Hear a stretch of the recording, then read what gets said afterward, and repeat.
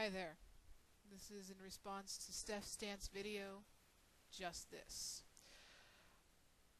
You know, it is heartbreaking when someone reaches out to you and confesses to you that someone that was supposed to love them unconditionally has decided to turn their back on them, simply because they have discovered that they may be homosexual, bisexual, transgendered, whatever it may be. The thing is that this is heartbreaking no matter who this happens to. I actually used to volunteer at a community center, at a gay and lesbian community center in San Jose, California. I don't know if I can say their name, but it is the only one in San Jose, California. So if you're there and you know what I'm talking about, you know who you are. Anyway, I used to volunteer to be at the front desk there. I answered all kinds of phone calls there. They called it the switchboard position, and they had to train you in everything, because you got everything from, hey, where's the happening bar, what's going on in town, I'm in town for the weekend or whatever, where's the best hot spots to help me, I have AIDS and I don't know what to do. Help me, I think I may have AIDS, I don't know what to do.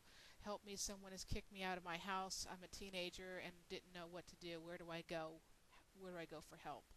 So basically, you had to be trained on a number of different aspects. And I remember I got this one call from this teenage boy. He was about 16, and he just talked to his parents and informed them that he was gay. And his father beat him up pretty bad and physically threw him out of the house.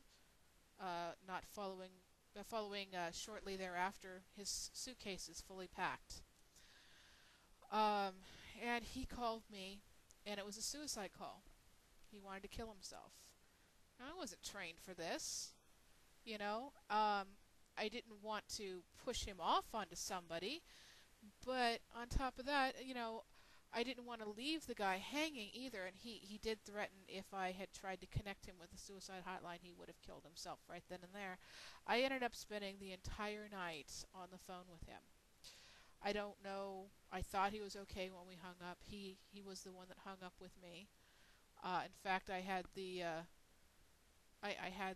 people that lock up actually have me lock up and give me all the information to lock up. That's how serious they thought it was.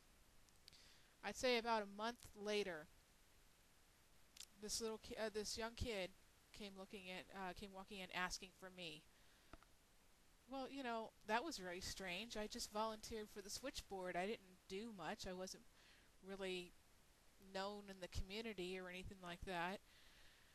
And when we finally met, because I was on my way out from my shift, he gave me a great big hug and said, "Do you remember me?" And I was kind of struck, like, well, kind of like going to 7-Eleven going, "Hey, do you remember me?"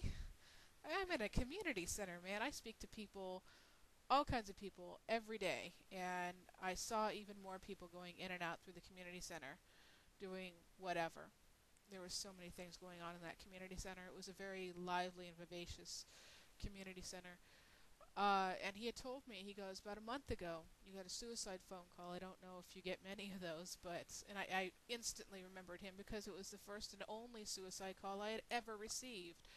He said, what you said gave me hope and gave me strength. And he says, I'd really like to thank you. And I did do a lot of things that you recommended and thought about a lot of things that you asked me to think about. And he goes, yes, you did save my life that night.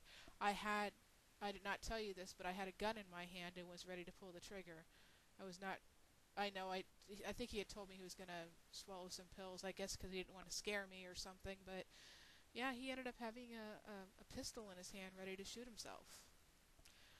Now, he gave me a great big hug, and I'll tell you, I'm not much of a crier, but, I cried, just knowing all the crap that he went through just because of something that he was.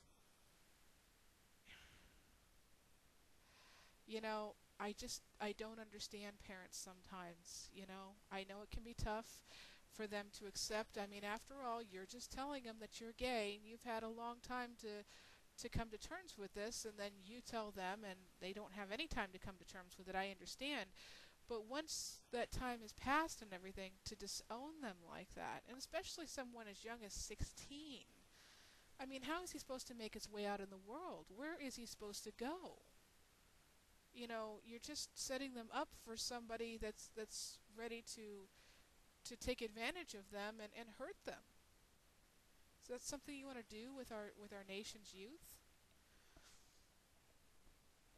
Well, anybody who has been emailing Steph and has been watching her videos, you're not alone out there. Find a community center near you. Call, write, go in, ask for some help.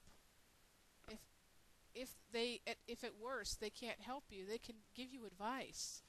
Advice is worth its weight in gold. I'm sorry Steph had to make this video. And I'm sorry I had to make this response. Unfortunately, there is a need for it. You have a long struggle out there if you've been disowned by your family. But also, you can only grieve for your family so much. You need to concentrate on yourself. Never be afraid of who you are. Never be ashamed of who you are. If you really think that who you are really deserves to be ashamed, you really need to be ashamed of it, then you need to change it.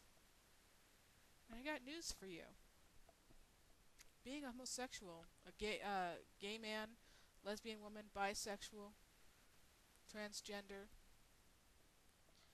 there's no changing that. Lord knows I looked for my change for quite a while, and I became actually suicidal looking for that change myself. A lot of religious folk will tell you that you need to repent for what you've done. You need to say, I'm sorry. Well, I got news for them, and I got news for you too if you're watching this. I only have one reason to say I'm sorry, and I will say that right now. I am so sorry. And the reason why I'm sorry is because I am sorry that there was ever a time that I ever hated anything about myself because I was a lesbian. That is the only thing that I need to say I'm sorry for. And that is the only thing I will ever say that I'm sorry for as far as being a homosexual. Why did I say becoming? There's no becoming a homosexual. At least not after you're born, anyway. I hope this video's helped. I hope Steph's videos help. You have a lot of courage. Keep it up. You're going to need it. Blessed be.